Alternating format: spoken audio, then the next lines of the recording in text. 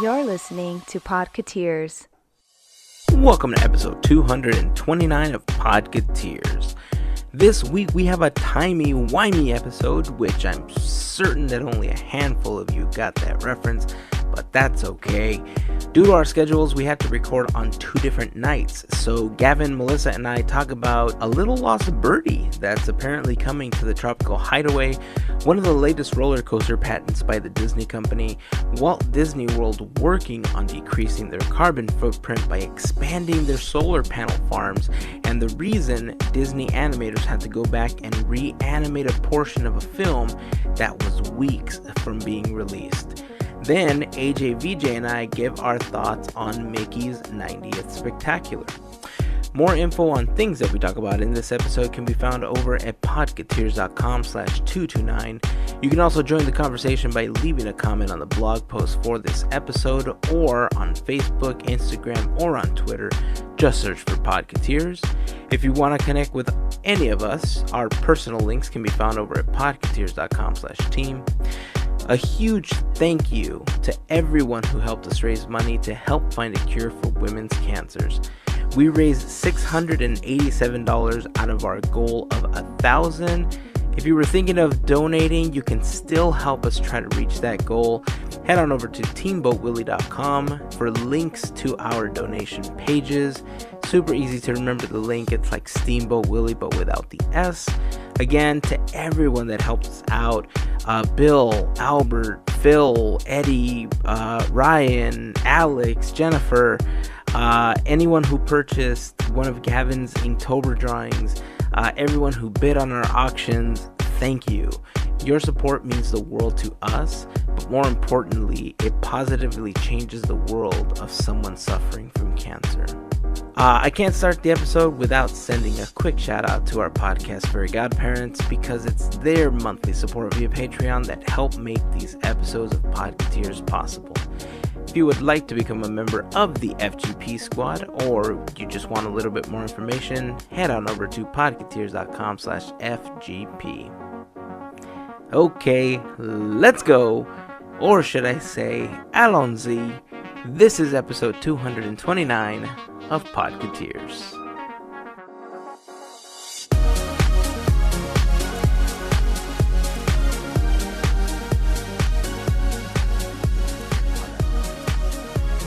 Good morning, Anaheim, and surrounding cities and states and countries. That was good. That's my fake radio voice after having sufficient coffee to kick off the morning. Fantastic. This is a morning show this week. We don't usually do this. No, this is super early, guys. It's almost 11, dude. I know. It's morning. Super early. It's early morning for me. Don't you understand that for some people, 11 only comes around once a day? Uh-huh. Yeah, that's true. It actually hasn't. It comes multiple times for me. Both times, as a matter of fact. Especially today, because I have been editing videos for work since about 6:30 this morning. Dang, dude. Yeah. So right before we hopped on to record this episode, I've been editing, and it's always fun because we get to play with different things, like Muppets, and just when we make these videos. And I think I talked about it in a previous episode, but we had a beaker puppet or Muppet that we were using in the what we called the Big Gift Connection video. Mm-hmm. And so Beaker is making his return to the medium screen because we're playing it on a projector at our next meeting. So not quite the big screen, not quite the small screen, just the medium screen. But it's fun. I love making these videos, and I love that everyone at work gets a kick out of being an actor for the day. Totally. Super cool. And I've seen some of these videos, and you guys put a lot into it. So I know the hard work that goes in, and you do a good job with them. Thanks, man. Appreciate that. So how was your Halloween, guys? It was okay. I slept a lot. What? I was really tired. Because the previous days... You dressed up, though, didn't you? Huh? Didn't you dress up? I did. I was Wednesday Addams on Did you go Wednesday. trick-or-treating? Sweet. No. But I showed it off at work. So I was able to have some fun, some reactions. All right, on. What about you guys? Yeah, I had to work on Halloween night at Ye Olde Trader Joe's, and it was actually fun. A lot of people dressed up. I don't have a costume, so I dressed in head to toe black and orange. Nice. To represent the spirit of Halloween, I guess. The Great colors Pumpkin? of Halloween. Something like that, yeah. That's a trick question. The and- Great Pumpkin doesn't exist. Aww. True. But we had a fun time at work. It was a really slow night, because most people are doing Halloween things. But the shopping center where we work did trick-or-treating for kids. Oh, cool. So every store in the shopping center was open for trick-or-treating. So it was really awesome because I got to see hundreds of kids come through in their costumes trick-or-treating. Oh, that's super And cool. it was super adorable and totally entertaining. So, yeah, that was my Halloween. That is awesome. It was good. I don't know when I technically stopped getting super psyched about Halloween, because for a long time Lynette and I used to dress up a lot, right? We would go out for Halloween. It's really close to her birthday, so we would have parties, that were themed and stuff. And just over time, I just kind of thought, it's just too much work. I don't want to do it. And for the last few years, I haven't had the energy, I would say, to do anything. And that's probably what it is. I've just been too tired to really put any effort into it, because for a long time we didn't buy costumes. We made our costumes. Mm-hmm. So there was a lot that went into it. And so this year at work, we've been big on Pokemon Go for a while, and some people at work decided that they wanted to have like a Pokemon themed group thing. And my boss bought a huge Pikachu outfit. Like literally, like full blown, like could be walking around a theme park Pikachu costume. Okay, Nice. and he basically won that day. Okay, it was super cool, but also super hot, because he had it on for 1 minute, and they took the head off, and he was drenched in sweat. It was horrible. I Wow. felt so bad for him, but it was really cool. One of our other coworkers dressed as Ash, the Pikachu's owner, basically.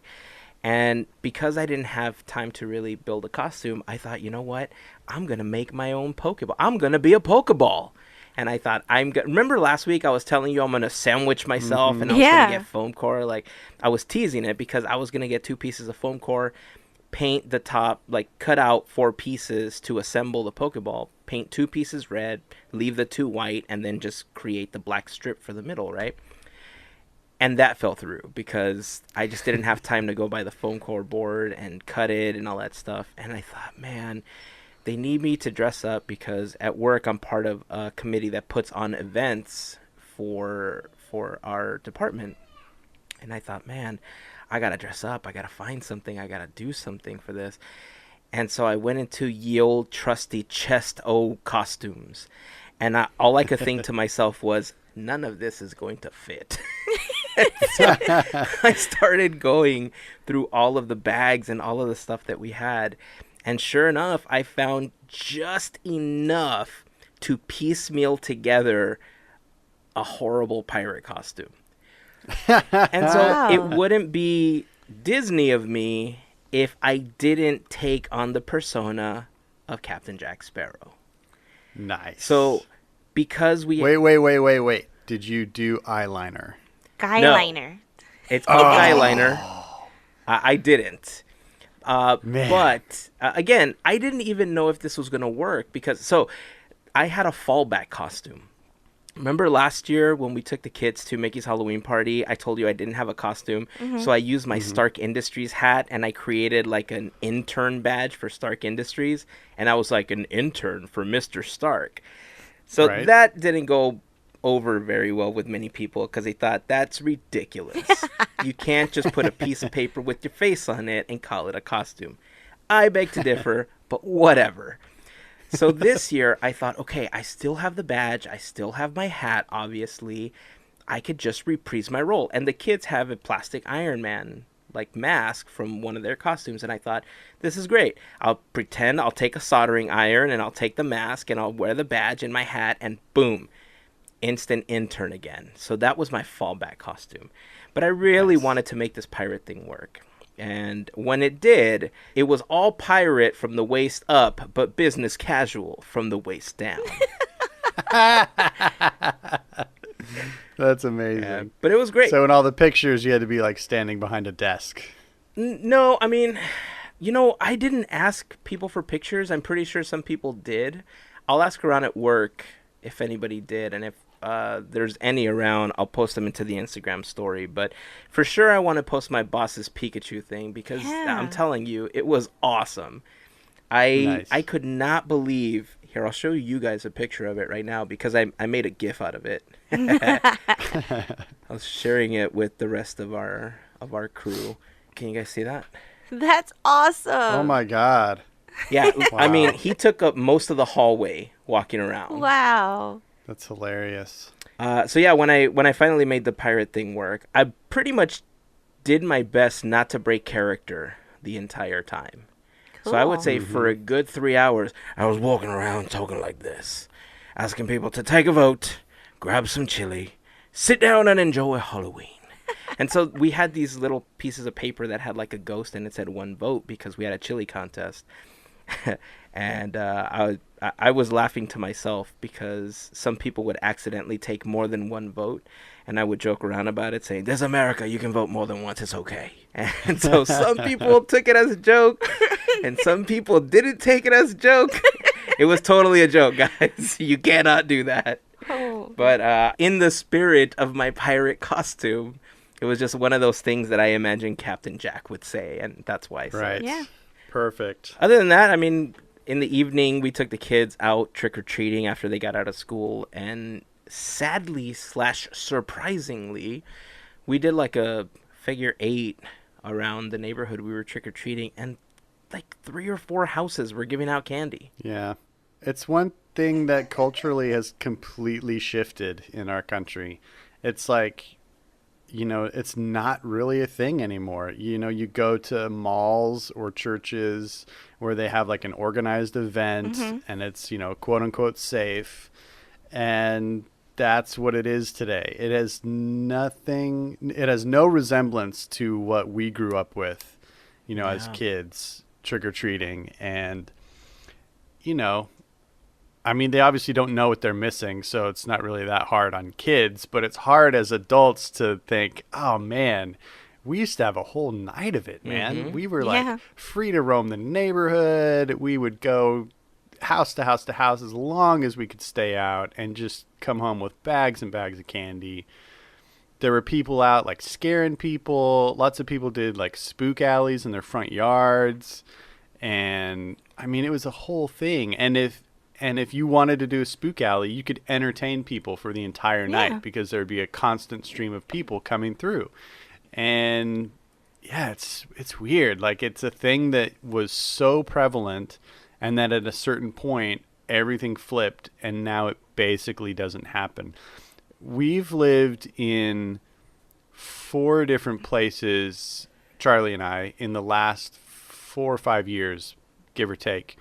Nowhere that we've lived in that time have we had a single trick-or-treater come to our door, ever. Really?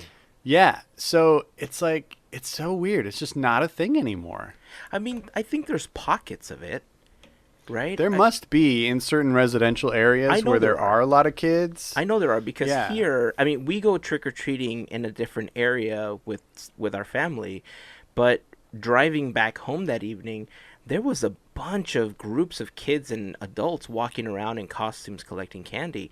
And you can see the houses that are giving out the candy, right? Because they have lights on or they have decorations in their front yard, something that helps them show that, yes, there is activity here. Come get your free sugar.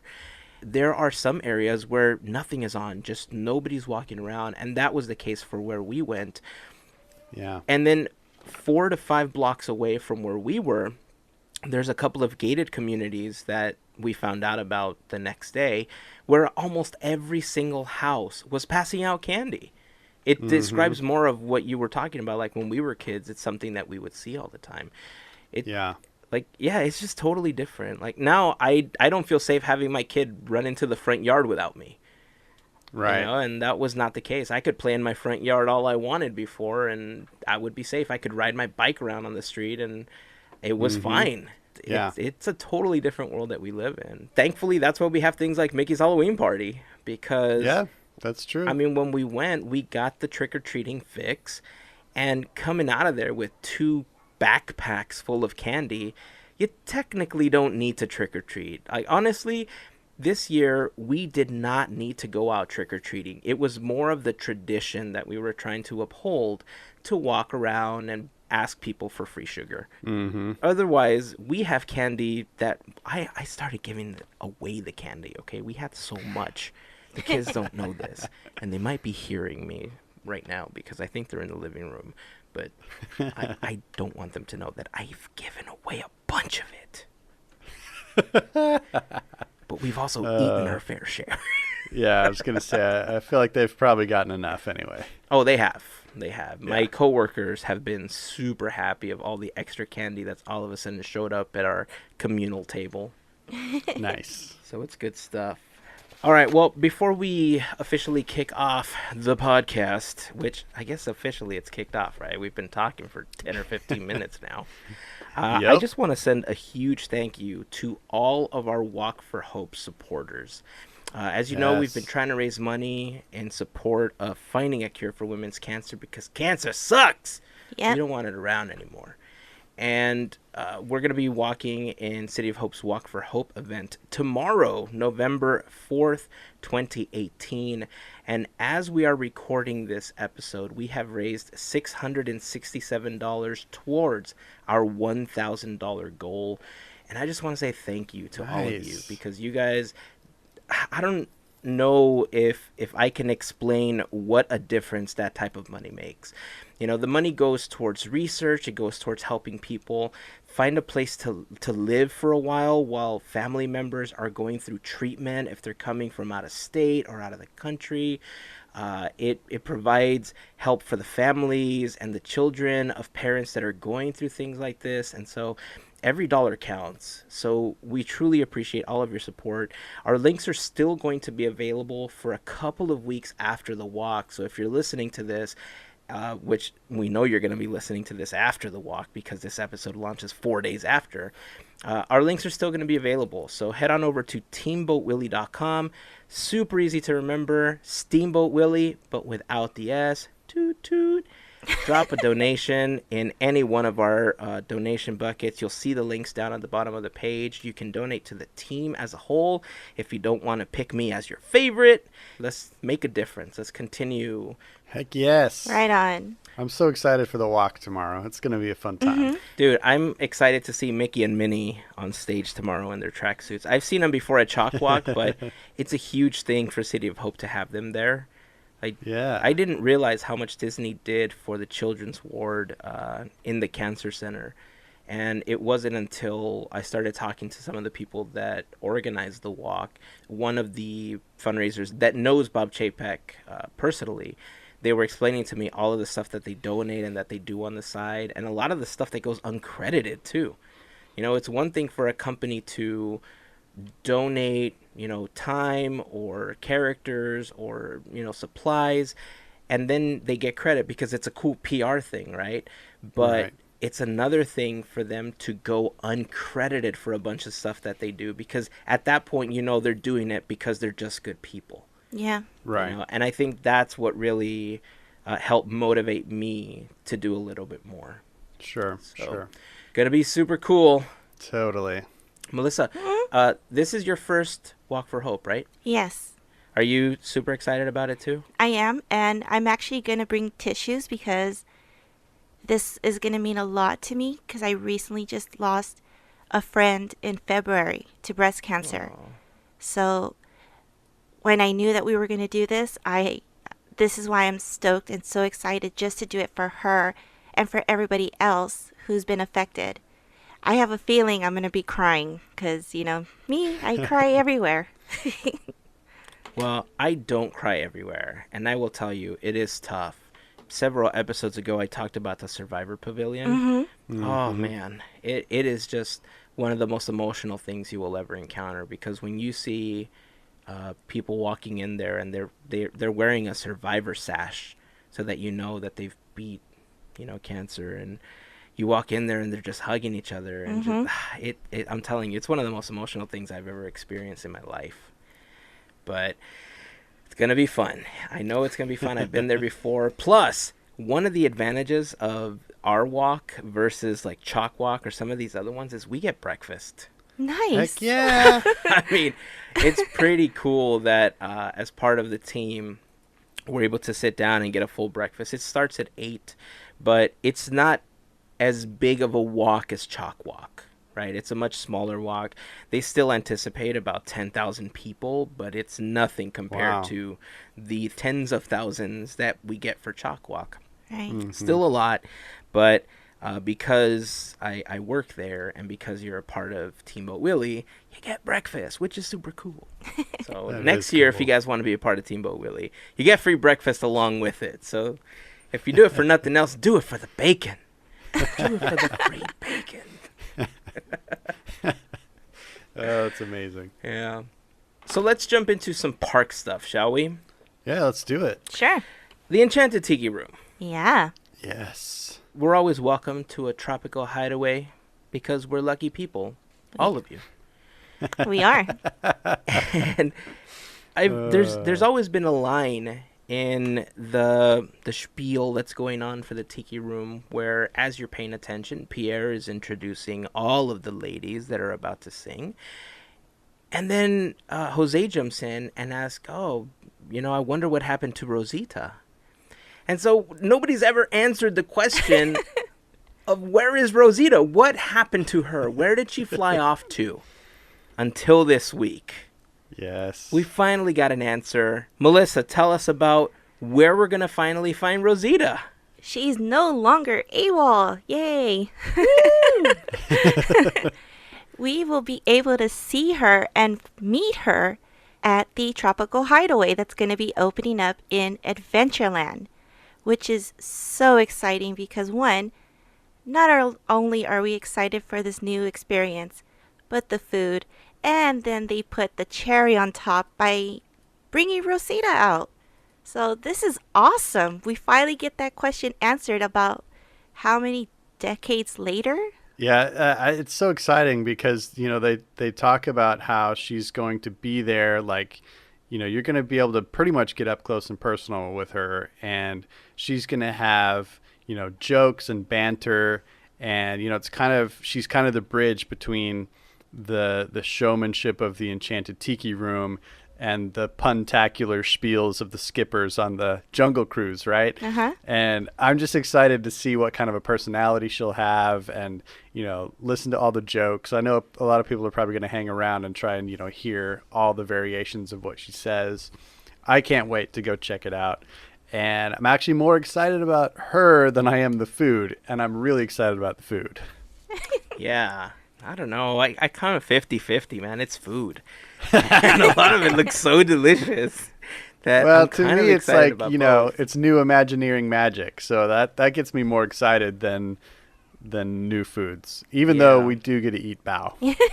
That's very true. As long as he doesn't have a little face, I'm totally cool with it. That would be a good way to troll park guests, though, to put little faces on the bow. Yeah. So that when you pick it up, okay, I've gone too far. Yeah, I'm excited about this technology because, like you said, we don't exactly know how the interactions are going to happen, right? But with the proximity of the Jungle Cruise, it makes me wonder if Rosita and the skippers are going to go back and forth. Because that would be a super cool experience if they're like, hey, check it out. Rosita's now part of the Tropical Hideaway. And Rosita turns around somehow and says, oh, look, the skippers, they always think they're funny. And then she breaks out her own pun or something. That would be awesome. Yes. Talk about next level interaction. I can totally see that. So like she's bouncing back and forth between bantering with the skippers and then bantering with the people in the restaurant. That would be amazing. When you think of what they can do with Crush, and the technology behind that show, I don't think I would want to see something like that. I think there's a nostalgic factor and a charm to the way that the Tiki Room is set up, because all the what was originally called mock audios for the audio animatronics. Get it? That was in the original script for the Tiki Room, by the way. I didn't come up with that myself. I think there's a certain charm to seeing the animatronic birds there. And if it's a type of interaction like the one that was intended to be around for Club 33, you know how in the main dining room they had like the birds that were supposed to be talking to people and stuff?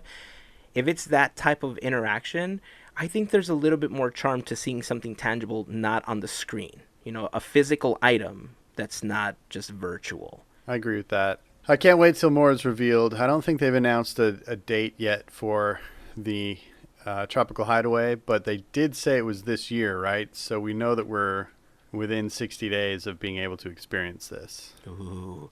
I'll eat bao for Christmas at the Tropical Hideaway. I'll eat bao for Christmas. I don't know how to finish that. Wow. That's all I got. You probably shouldn't finish that one. That's why I'm not a freestyle rapper. I could never survive on 8 Mile. Most of you got that reference. Yes. Speaking of park stuff, Disney has filed another one of their patents. Obviously, this isn't something new.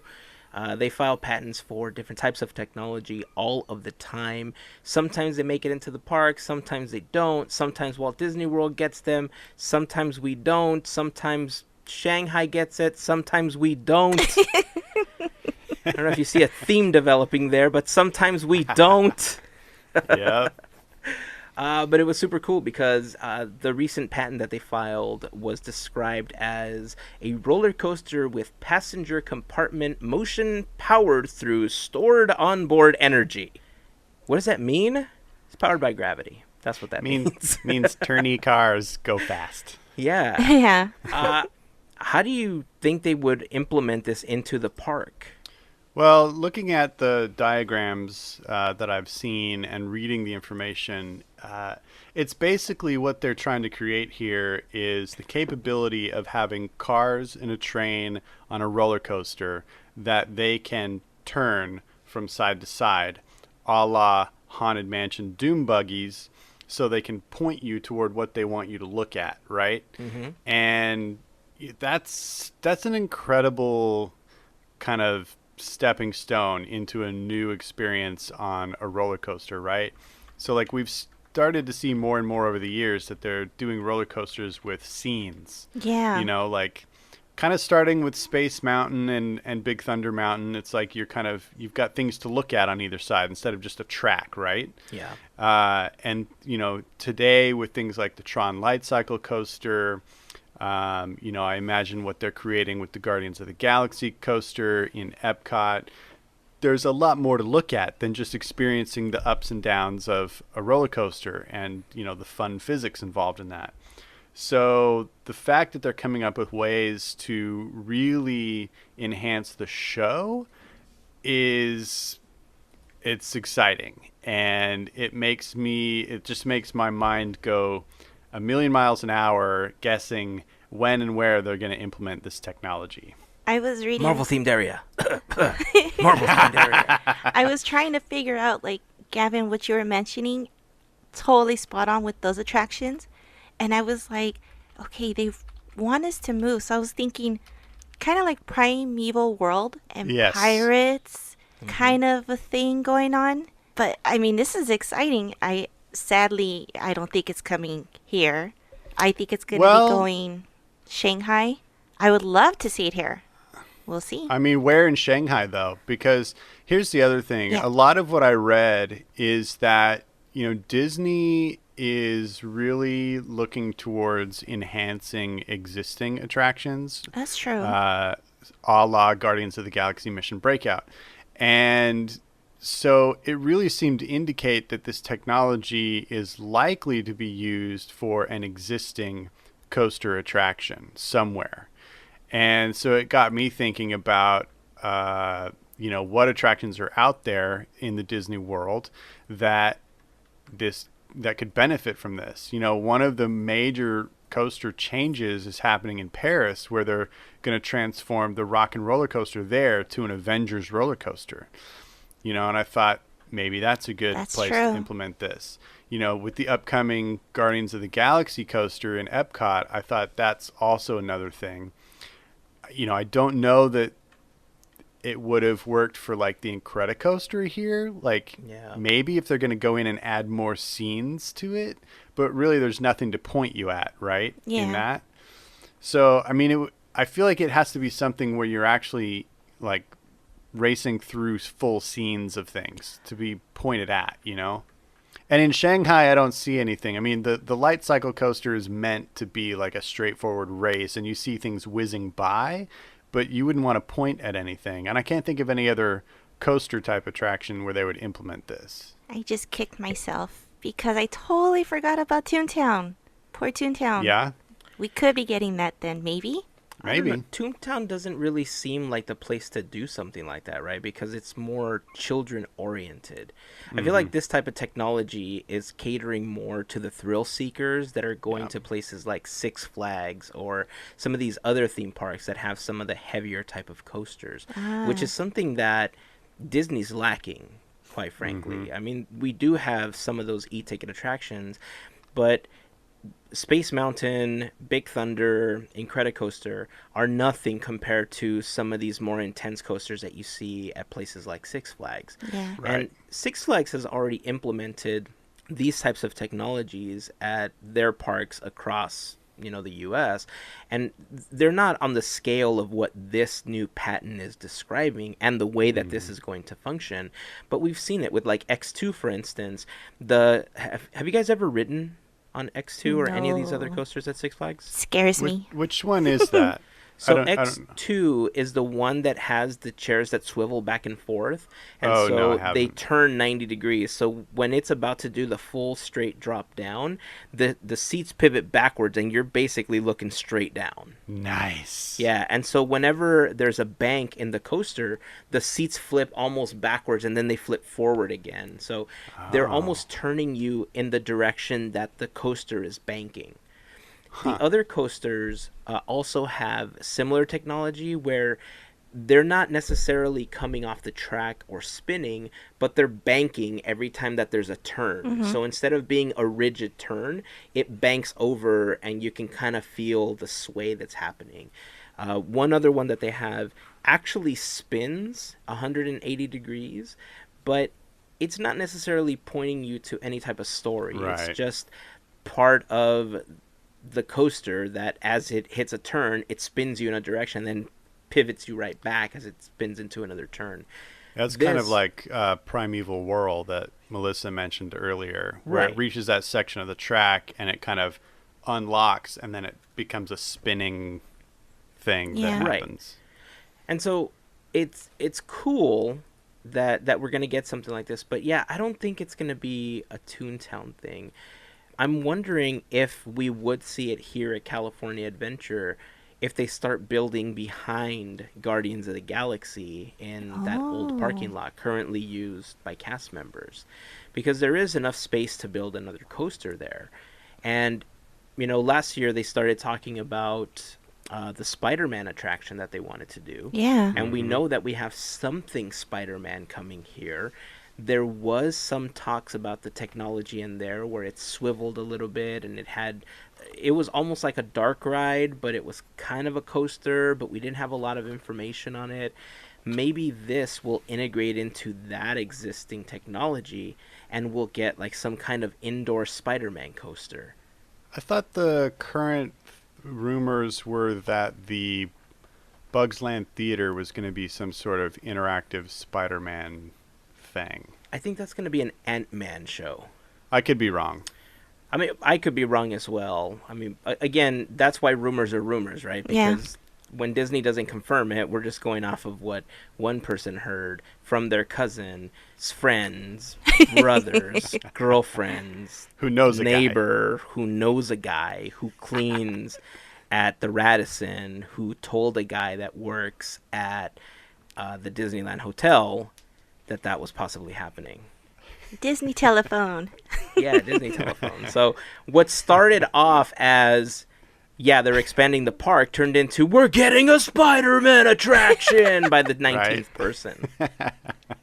That's hilarious. I like, though, that you're thinking big with the Marvel expansion, or Stark Park, as I like to call it.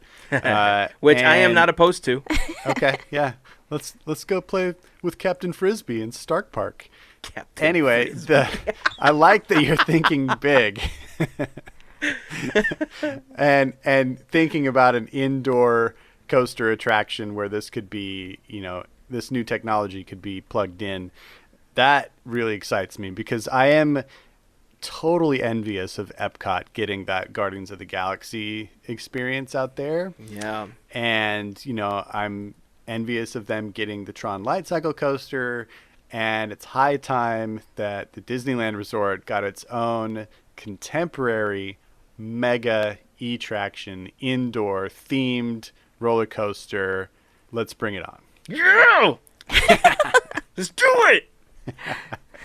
I would have it be a Black Panther attraction personally, but I know you probably want Iron Man. Ooh.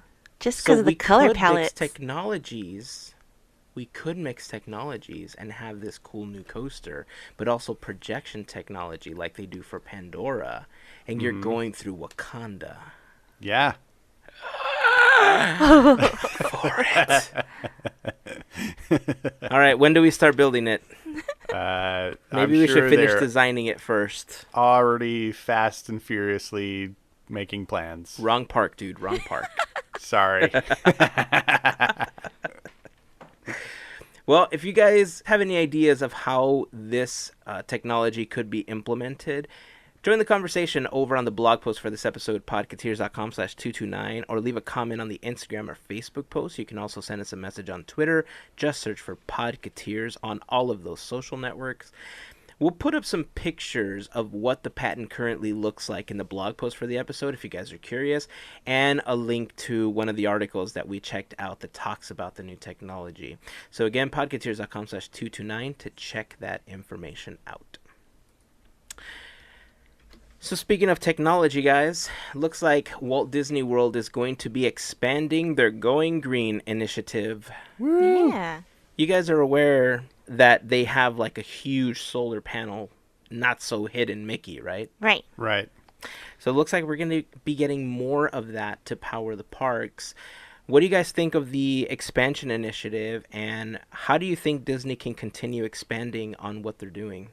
I think it's pretty awesome to see that we're going to see its growth. I'm just pretty excited overall about it. I really am. Just to see the results and then see what else will be happening in, like, God knows how many years, 5, 10, 15 years. Imagine, like, they end up getting all 4 parks, and then they do our parks. I mean, that's just going on and on. It's pretty rad. I agree. I think that it's really cool to see a company of this size make decisions like this, because I mean, if you think about the Disney parks business, it's a huge industry, and it is a huge consumer of energy.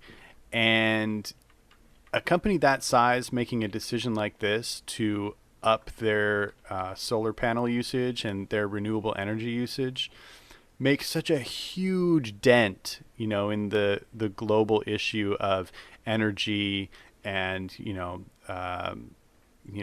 whatever carbon emissions and all of that stuff. So it actually makes a difference, and this giant new solar farm that they're creating will generate enough power to give energy to something like 10,000 homes or something like that per year. It's ridiculous, the amount. And it's just sun shining on these magical science panels that create energy. It's like we don't have to burn coal for electricity, or really crappy, dirty methods. It's smart. And I love that Disney is expanding, their presence here. Obviously in Florida, they've got a lot of land to utilize, where they can much more easily plug this in. They've done it a little bit at the Disneyland Resort. You know, if you've ever looked at Google Images of the resort, one of the spots that stands out to me anyway is the show building for Radiator Springs Racers. And the entire roof of that building is basically solar panels. Yeah. And, you know, that provides a lot of renewable energy right there. You know, that's the issue with Disneyland Resort, is there's not a lot of land to work with. So it really is confined to rooftops and areas like that if they want to talk about solar.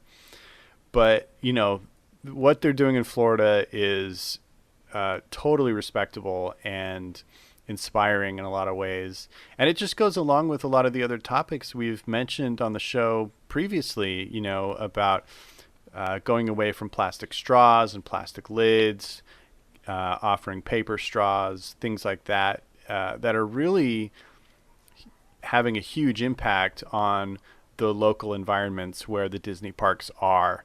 And, you know, I think we should all be on board for these changes because they are all 100% positive. Yeah, I completely agree with you. I think the fact that Disney's working so hard to reduce their carbon footprint is really something that more companies should be looking at. And for them to be one of the companies that's on the forefront of making these types of changes, like you said, with the straws and stuff like that, that's very commendable. I think that if they begin to expand their initiative for solar panels, they can still do it over the other show buildings. They could do it over certain parts of It's a Small World to maybe just help power individual attractions.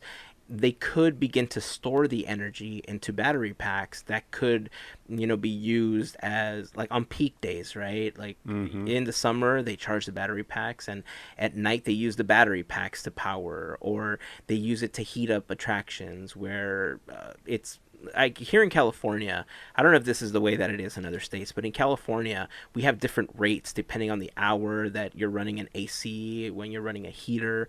And so if they offset that, they're helping reduce our carbon footprint, and they're essentially helping themselves monetarily, because I think I read a report that just the daily operating cost of running Disneyland itself, not even the other parks, is $3.25 million a day.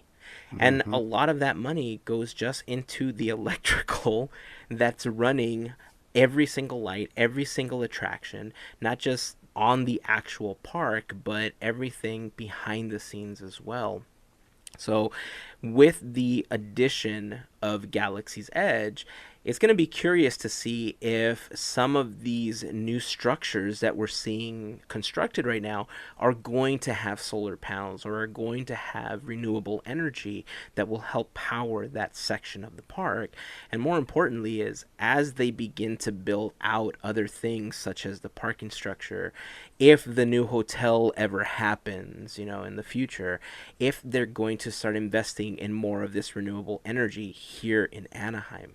Yeah, I think it's interesting too because, you know, since they only have the structures and the land that makes up, you know, the resort, which is kind of completely enclosed by Anaheim, right? It's not like Florida where they've got miles and miles of open land that they can use. And, you know, you mentioned something like the roof of Small World. And I think one of the big reasons why, you know, the major solar presence at Disneyland Resort is at the very southern end is because of the fireworks.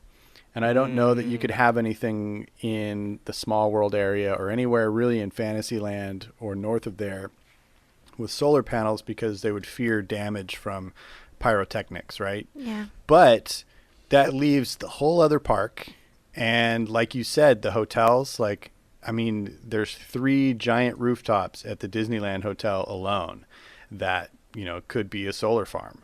And so, yeah, I think we'll see more of it. I think, you know, obviously the company is going in this direction, and I think we'll see more implemented here along with the other parks around the world. You know, Bob Iger has, you know, talked about this, and he's stated that he not only wants Disney to be admired for the product that they put out and the parks that they create, but he wants the Disney company to be admired just as a good citizen of the world, you know, and a company that's recognized for trying to actually make the world a better place.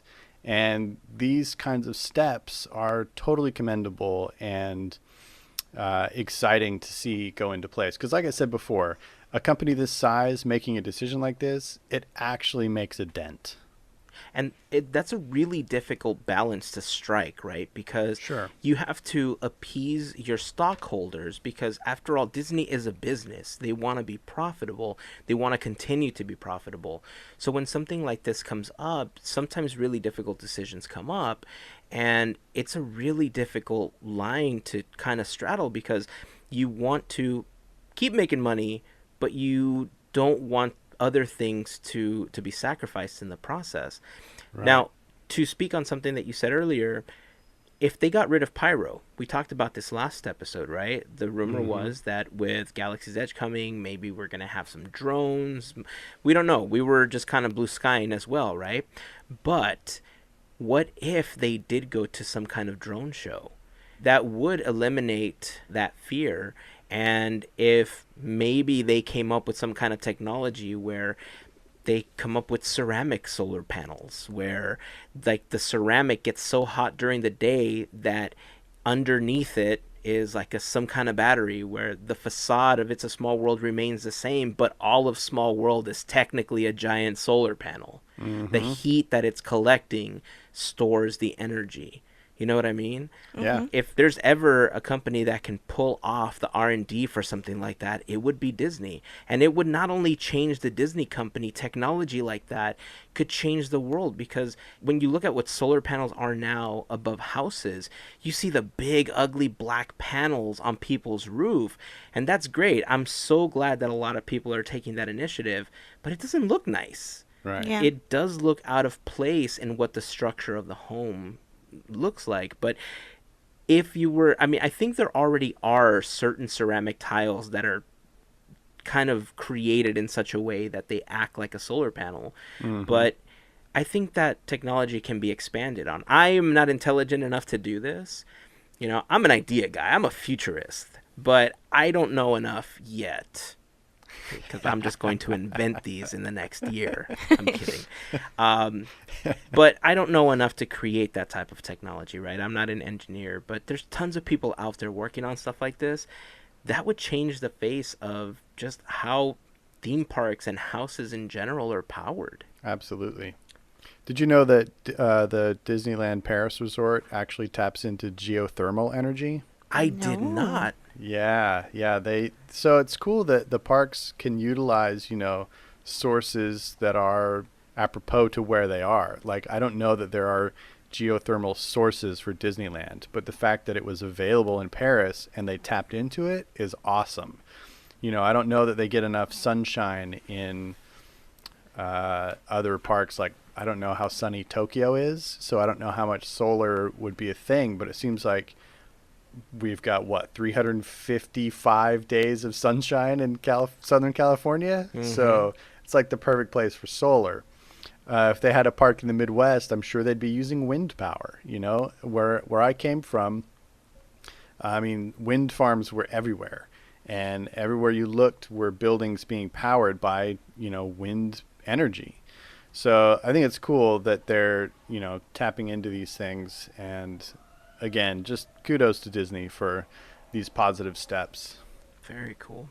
If you haven't seen the picture of the huge solar panel Mickey that's at Walt Disney World that already exists, head over to the blog post, podketeers.com/229. It's a sight to see. You can see this from the highway, but Google Maps shows an amazing photograph of this. Oh, and that actually reminds me that I want to ask you guys. Yeah. Do you think the new giant solar farm that they're going to create is going to be another character or a bigger Mickey, or like, what do you guys think, if it's going to be anything, what it will be? Ooh, I would think another Mickey. I mean, maybe like a full body Mickey, like with the whole that would be cool. Arms and legs and torso. Considering the light poles themselves have the Mickey that you could see on the freeways. Right. That would be really cool to see the whole full body. I think it'd be amazing. Yeah. I would say that it's just going to be a larger Mickey head, like the one that already exists, because it's easy to put together. Yeah. Right. But I wouldn't put it past them if they build an entire Mickey. I wouldn't either. I think this one will be big enough to be seen from space, so it'd be cool to have a hidden Mickey on the Earth somewhere that you could see from space. Yeah, that'll be super cool. Okay, so as you guys probably heard earlier in the episode, we are recording this the day before Walk for Hope, which also happens to be the day that they are airing Mickey's 90th celebration. So we haven't seen that yet, but through the power of editing and through the time machines available to us today, I had a chance to sit down with Disney for two to review the show. How's it going, guys? What up? What's going on? Swell. Oh, boy. So Gavin and Melissa didn't get a chance to watch this, but because it did happen this week, we wanted to make sure that we had a chance to talk about it since, there's a lot of buzz around it on social media and everything. Overall thoughts, guys, 2 hours of Mickey's 90th Spectacular. What did you guys think?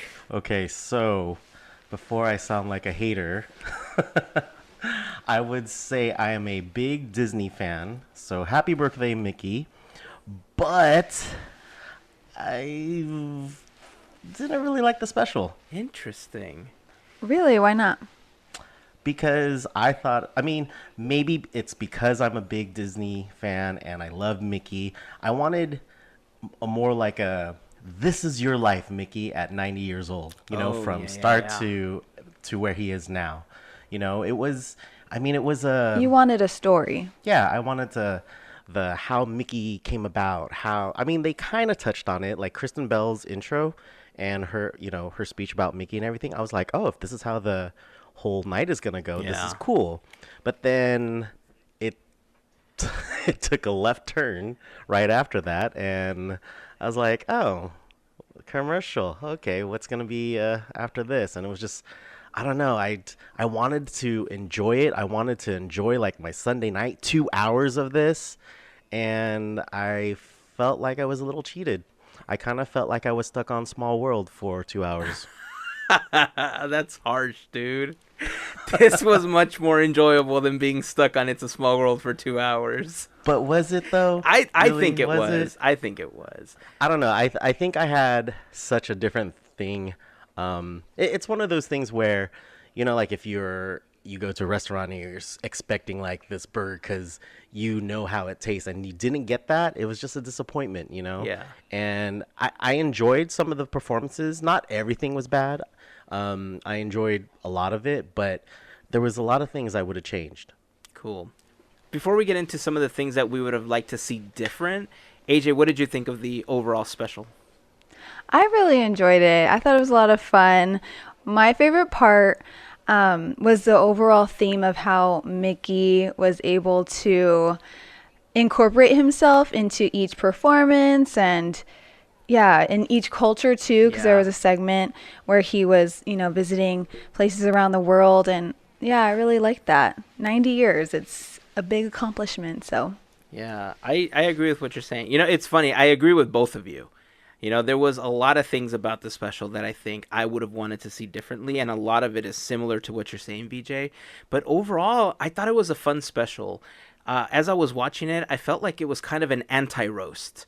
When you watch these roasts on like Comedy Central, they're set up where the guest of honor is sitting on a chair and people come out, they talk about them, they crack some jokes. And there was a little bit of that in this special, like when Tony Hale came out, for instance, when Josh Gad came out. But it wasn't like a malicious joke. It wasn't a harsh joke like you would hear in a regular roast. And because there was all these musical performances, I felt like I said, it was kind of an anti-roast, right, of Mickey Mouse. And I thought that was super fun. It was written in a way that it made it feel more like almost like a variety show than like a celebration. It had that old school feel. Yeah, definitely. Which wasn't necessarily bad, but overall, I did expect to see a little bit more of the history. Like, this is a good time to jump into like some of the things that we would have done different. Like, for instance, if I was in charge of breaking up how it was written, I would have probably made each segment like a decade in his life, right? Started off like the first one, like all the performances are Right. in black and white, for instance, and like every time that you would switch to, or maybe even like the is it 5 or 6 iconic different Mickeys that we have over the decades? It's 5, right? It's something I have to look. Like if we go backwards, it's like the current Mickey, and then there's like the sorcerer Mickey. Then there, you know what I mean? There's like Yeah, and then like Steamboat and the one before that. right. and There was like I at think- least 5 different iconic Mickeys that we know as part of the generations. I would have broken it up that way so that it was a little bit more leveled out, and you got a little bit of history for every 1 or 2 decades, you know what I mean, and then Right. sprinkled in some of the performances. What would have been something that you changed aside from the whole not enough history thing that you were talking about? I would love to have seen the different Mickey shorts from the beginning to how they are now at Disney Channel. You know what I mean? Yeah. I would have loved that because there was so many that we've seen for, I mean, how many are there? But it would have been cool just to touch on some of the classics, you know, just to like a refresher course in a sense. There's so many other things I would have changed. Like, again, maybe it's because I just wanted to learn more about Mickey, and I knew it was gonna be this type of show. But yeah, the shorts would have been a great one. It was kind of weird to me also that Mickey's birthday is on the 18th of November, and they had the special on the 4th when they could have had it on the 18th. Does that make sense too? You got to Yeah. start it. I don't know. early. That was You celebrate your birthday the whole month. after my birthday. It starts after. No, we start celebrating before. That's different. Oh. I usually celebrate after. Okay. I mean, Disney's I mean, known some for people have the doing this, birthday right? month. I know. They do I this know. type That of was stuff. just- Like we celebrated the 60th anniversary for 2.5 years. Right. It's a profit. Other things I would have changed. Shoot. I wouldn't have performances just to have a performance. Like, it was kind of weird. Like when the Korean band, what is it? NCT NCT 127. 127. Yeah. Yeah. When they came out, I swear the audience was screaming louder for them than for Mickey Mouse. It felt like it.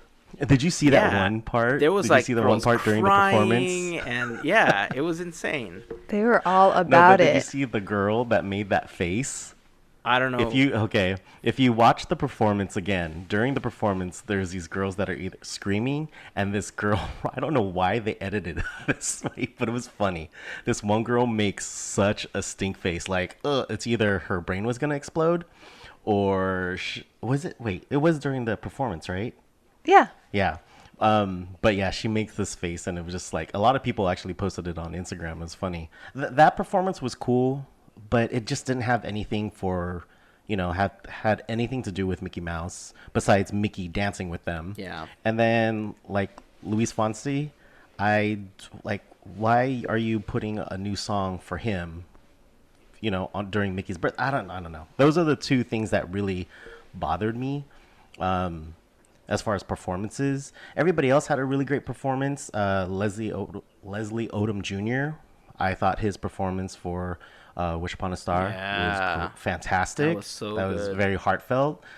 Megan Trainor's performance with her dad, that was awesome. Oh, her dad. That was so sweet. Yeah. Oh. The stories with Josh Gad and Tori Kelly was cool.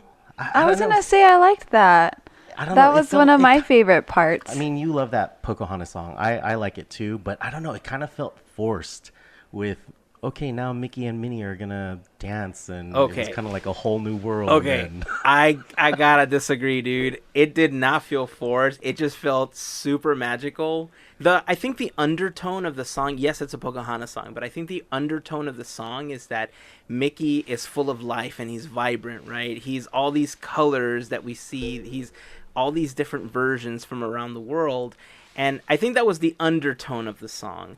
But kind of seeing them dance around like ballroom style, come on, dude. Even my heart melted. I was like, oh my God, this is Dude, happening. Oh my God. I'll admit I'm the first person that gets teary-eyed with dumb commercials and like father and son moments in movies, and I was just waiting for some magic. I don't know. It just didn't move me. I kind of feel like I'm freaking Simon Cowell on this panel right now. Yeah. Or I'm Randy Jackson. That's funny. It's a little pitchy, dog. It was a little pitchy. That's I mean, it funny. was cool, but it wasn't.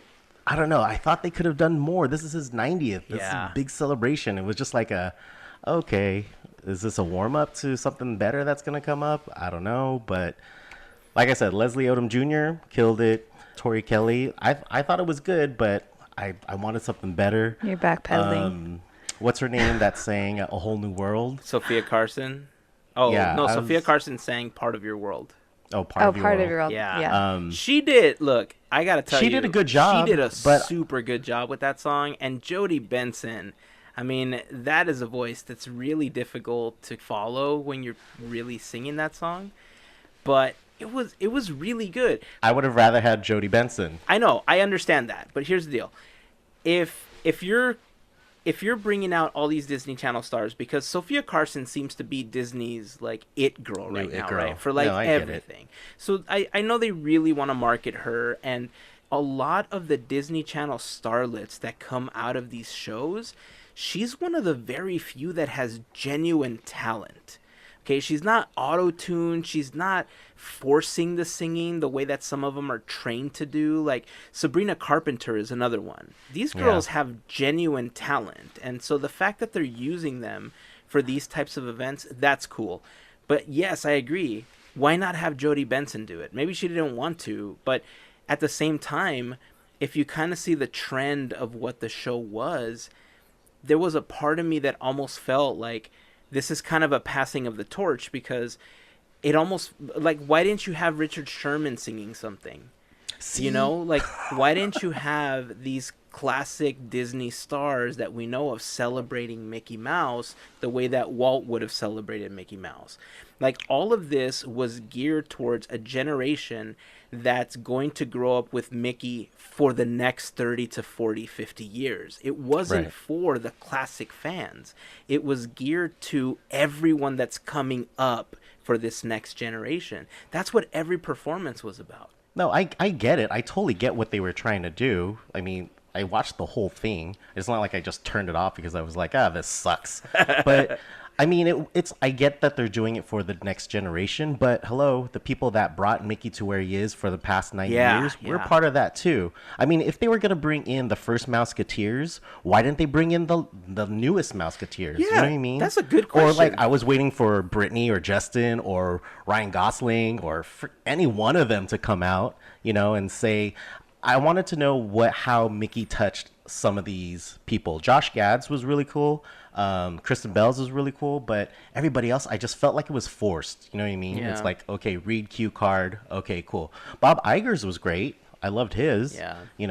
His tribute to Mickey. I mean, like I said, I liked a lot of pieces, but there was a lot that I was like, okay, I'm gonna go wash the dishes right now.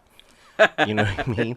Like, how many times do we hear in these specials bare necessity? It's like, Okay. oh my gosh, with American Idol, with this, I was like, okay, I get it. I love the song, but okay, I'm going to wash the dishes right now. Nothing against Zach Brown. What is it? Zach Brown Band, yeah. Like, I like him. No but joke. That is now I was like, one of my new favorite versions of Bare Necessities. I love their performance. It was a good performance, but I just wanted more out of the special. Yeah. So that's me. Hate it all you want. That was his 50 cents. Yeah. That was like 87 cents. Well, I'll give you $1 out of 15 cents. I gave you $1 out of dime and a nickel. That's what we did. Wow. AJ, what would you have wanted to see that Wow. we didn't get a chance to see in this special? I really wanted Josh Groban to come out and sing a Disney song, and I had like the perfect song for him to sing. I Can Go the Distance by Hercules. Yeah. He should have sang that song. Would have been amazing. Even though his song, his new one that he wrote it, right? Yeah. Yeah. It was beautiful and it was touching. But, classic Disney fan, Yeah. I wanted a Disney song. Super surprised that he didn't do a Disney song too. I didn't understand that. Like, when you were talking about the NCT 127 performance, that entire performance was for two reasons.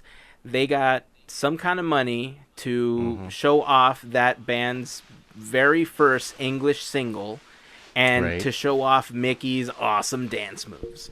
Because let's admit it, Mickey's got some moves. But hey, I would have watched more of that. More dancing, more playing the drums. More... Yeah, Mickey playing the drums. Yes. That was another one of my favorite parts. So good. That was so cool. There was a line during one of the history segments where they said, oh yeah, and then so they played Mickey Mouse's cartoon, and overnight he was a worldwide sensation. I was like, okay, look, I get where you're going with this, but back in the olden times, it was very difficult for word to spread worldwide, especially overnight. There was no Instagram and Twitter. So you're laying it on a little thick at this point, but I get what you're going with. And I did like the segment, but there was just certain lines that I just thought like, okay, let's take it back a notch. What was his name? Uncle Jesse. I thought that was cool when John Stamos came out and they what did they say? They mentioned that he's a huge Disneyland fan. The 35 years of being a Disney fanatic or something like that. Yeah, his career or something. That was pretty cool. Overall, I think it was a good special for what it was. Like I said, it felt really more like a variety show than anything else. I'm wondering if this was just kind of a fun show that they wanted to put on because they didn't have much more planned, but they have something much bigger for the 100th. I don't know, like the centennial birthday, maybe. You know. It's pretty big. I know, it's a pretty big deal. Like you said, when Bob Iger came out, I think there's a lot of CEOs, especially nowadays, where they come out and they read a bunch of cue cards or teleprompters, and you don't see the passion in their eyes. And Bob Iger is one of those people that when you see him talk about the company, like you just see the childlike joy in what he's saying and his face and his voice. You know, he's a true Disney fan through and through. So I really appreciated the fact that he kind of ended the whole thing and was the last one to wish Mickey a happy birthday before, everyone else came out. Overall, I think it was a good special.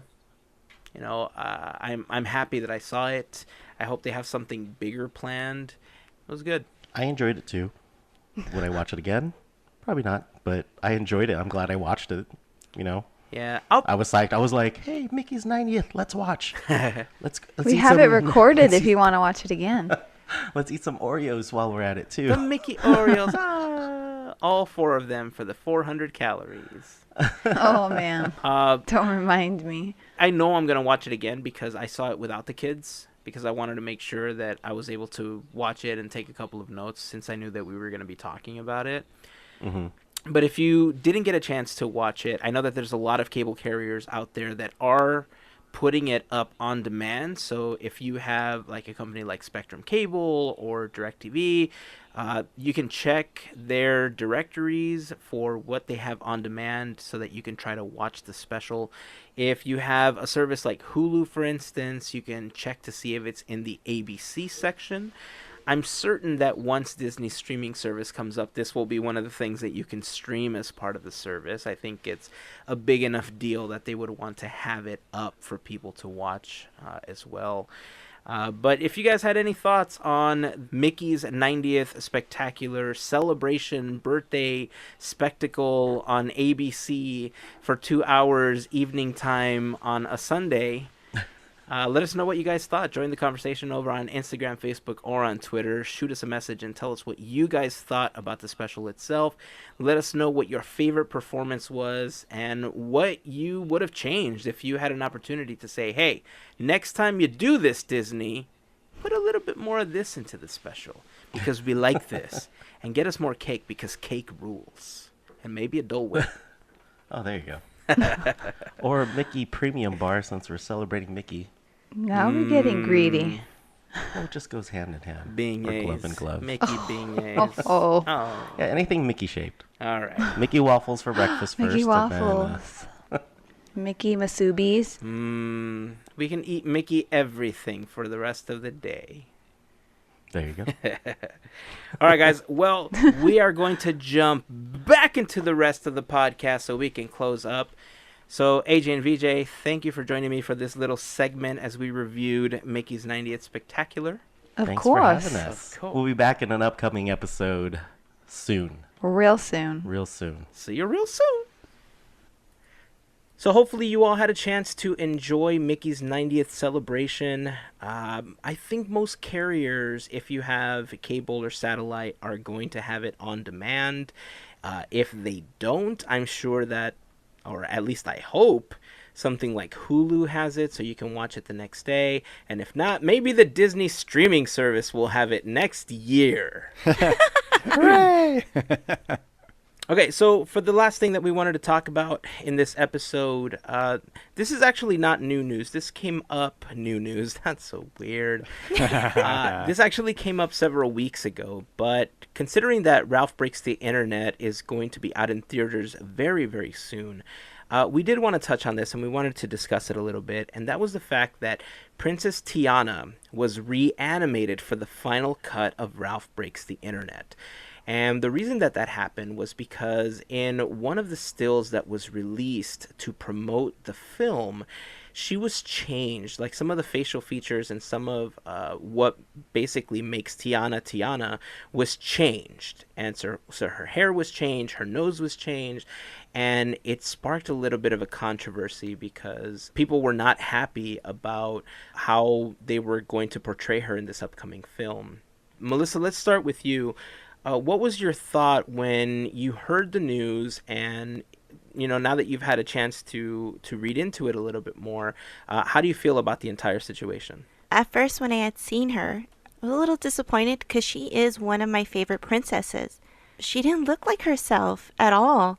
And to hear that they were going to reanimate her, that was, you know, that made me happy because it just gives her true character self. I would love to be able to recognize her. I didn't recognize her the first time as well. So that kind of threw me off. I was like, wait a minute. Who's this? You know, because I got to pinpoint everybody else except for her. So, thank you, Disney, for listening and helping us out and giving us the Tiana that we know and love. Yeah. Gavin, what about you? You know, this is an interesting scenario here. Artistically, you know, when I first saw the images of these Disney princesses from teasers and trailers and still images, it was clear to me that they're kind of creating a new look for all of these characters to be within this movie, right? Like, to me, none of them look like their original characters. Like, they're a super stylized, almost merchandisey version that exists on this one website in this one fictional version of the internet. And so the fact that they're kind of removed from, you know, that on-model character that we think of, you know, in, you know, artwork subsequent to the movies, it all just kind of made sense to me. Now, I understand and I totally get the idea behind the criticisms that came up about the Tiana character, because I do feel like she was further afield than the rest of them. You know, the skin tone was definitely different. That, you know, I didn't notice it at first, but once it was pointed out to me, yeah, I could definitely see that. And so, yeah, kudos to them. You know, the animators actually consulted with Anika and an organization called the Colors of Change, which is kind of an advisory board for such things, you know, and, you know, they talked to them and they made some tweaks and kind of got their approval and have moved forward. And I think that's commendable. On the outset, though, I don't necessarily feel like they did a bad thing. I think they just kind of, you know, made a mistake, so to speak. And like I said, I feel like these are like hyper stylized, almost caricatures of what the original characters were. And so they're all so far removed for me that it didn't make as much of an impact. I feel like it's tough for Tiana because she spends 90% of the movie as a frog. And so we don't have a lot of really instantly identifiable, recognizable things when she's in her human form like we do with the other characters. Like you can do a Disney bound of Ariel, like just her 3 colors, and you know exactly who that is, you know? You do a Disney bound of Tiana's colors, and it's like, it's not as, you know, like it could almost be Tinkerbell. You know what I mean? Yeah. So I feel like there's so many layers to this problem of, you know, who's that princess in this case that, I mean, it's no wonder that they came under some criticism for it. So it's weird. This is a very convoluted issue, but I'm glad they listened to the fans and, you know, made a course correction, and it seems to all be good now, right? Yeah. At least that's what we're hoping. Yeah, you know, it wasn't until I went back and I started looking at some of the images that I understood what you were talking about that super stylized look, because the difference between the classic princess group and these current princesses are that Elsa, for instance, who is a queen, not a princess, I get that, but Anna, Punzi, Moana, Merida, these are all 3D models that already existed in the Disney archive. So there was already a 3D reference point for them. And even they have this pastel-y, plasticky looking face like Vanellope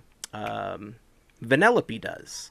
You know, because Vanellope's skin doesn't look like it was actual skin like Anna and Elsa kind of look like. Hers looks like it's a plastic doll. You know, because she's coming from a video game. And they all had that, like, plasticky look to them. So I totally get what you're saying.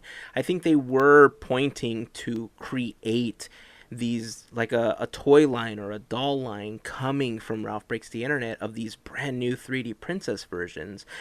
But I think what bothered most people, and when I look back on it, I totally understand why, is that in the original look and the original trailer that we got for Ralph Breaks the Internet, Tiana looked completely different.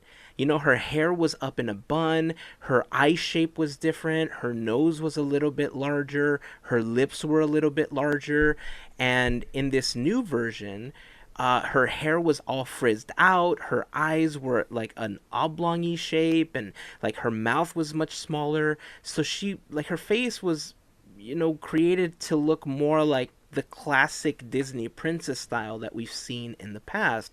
So I would understand why this controversy began.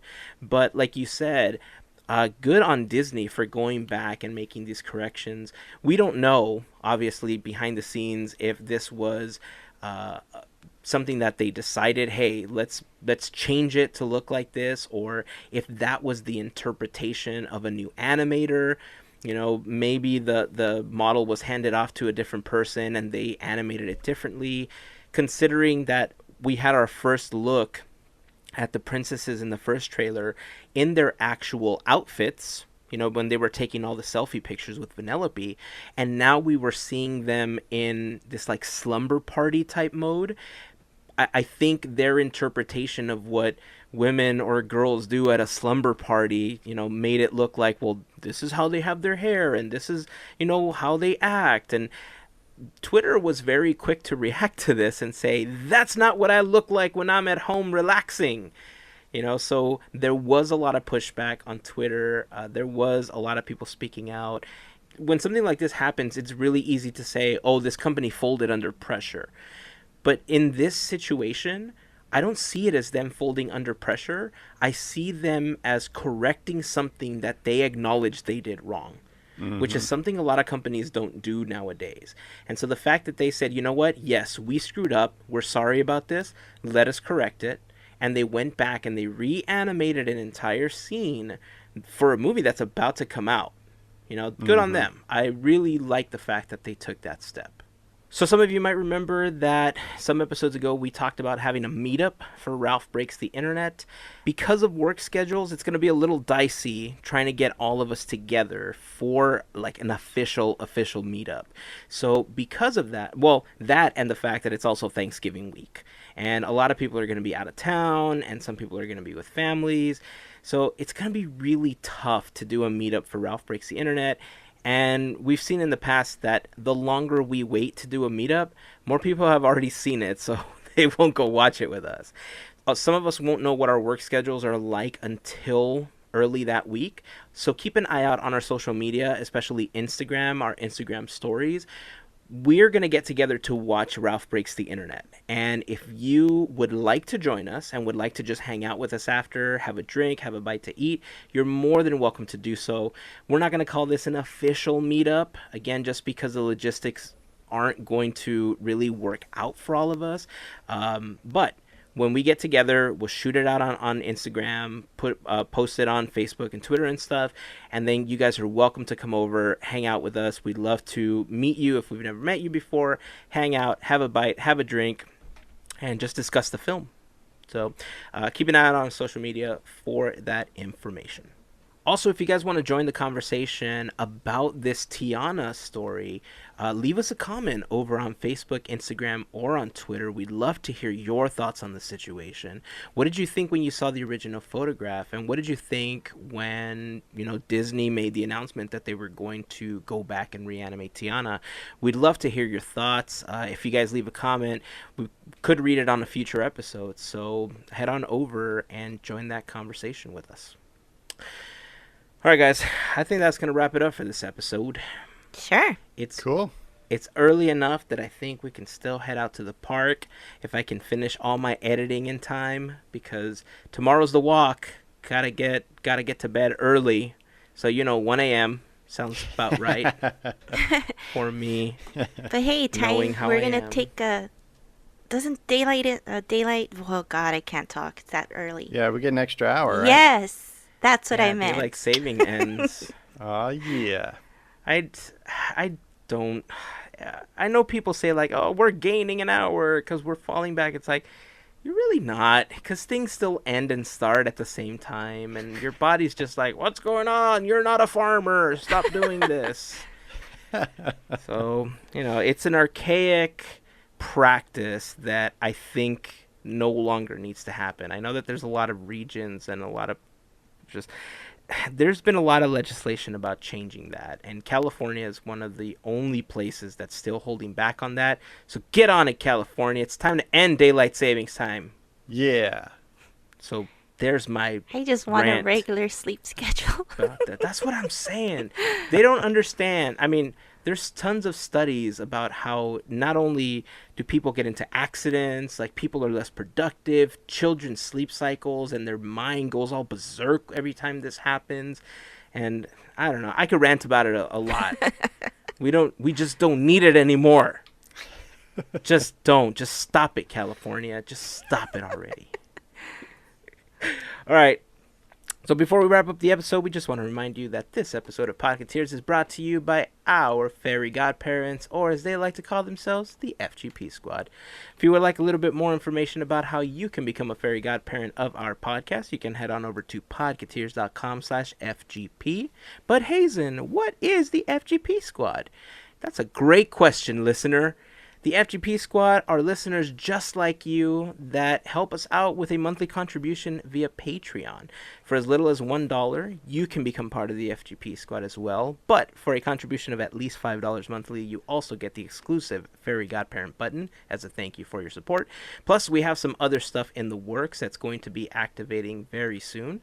So thank you guys for all your contributions. And if you're considering becoming a part of the FGP Squad, again, more information is available at podketeers.com/FGP. If you shop on Amazon, a great way to help out the podcast is by heading over to podketeers.com/Amazon before your next purchase. Why, Gavin? Because. Yeah, that's right. And if that wasn't enough for you, why, Melissa? Because.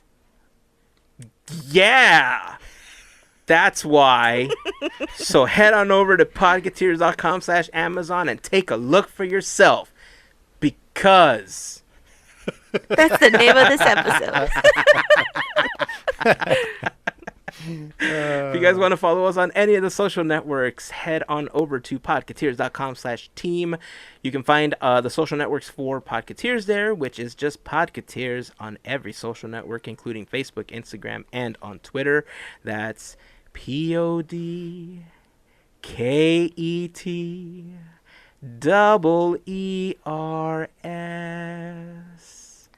I don't have a song for my social links, but at podketeers.com/team you'll find them. All of my personal, Gavin, Melissa, and Disney for twos as well. That's good enough. I'll go with that one. So if you want to connect with us, head on over there for all of our links. And that's going to wrap it up, guys. It's time for lunch, and it's time to continue editing before tomorrow's walk. So, until next week, here is to beers, cheers, and Mickey ears. Have a fantastic week, everyone. Bye, everyone. Made you look.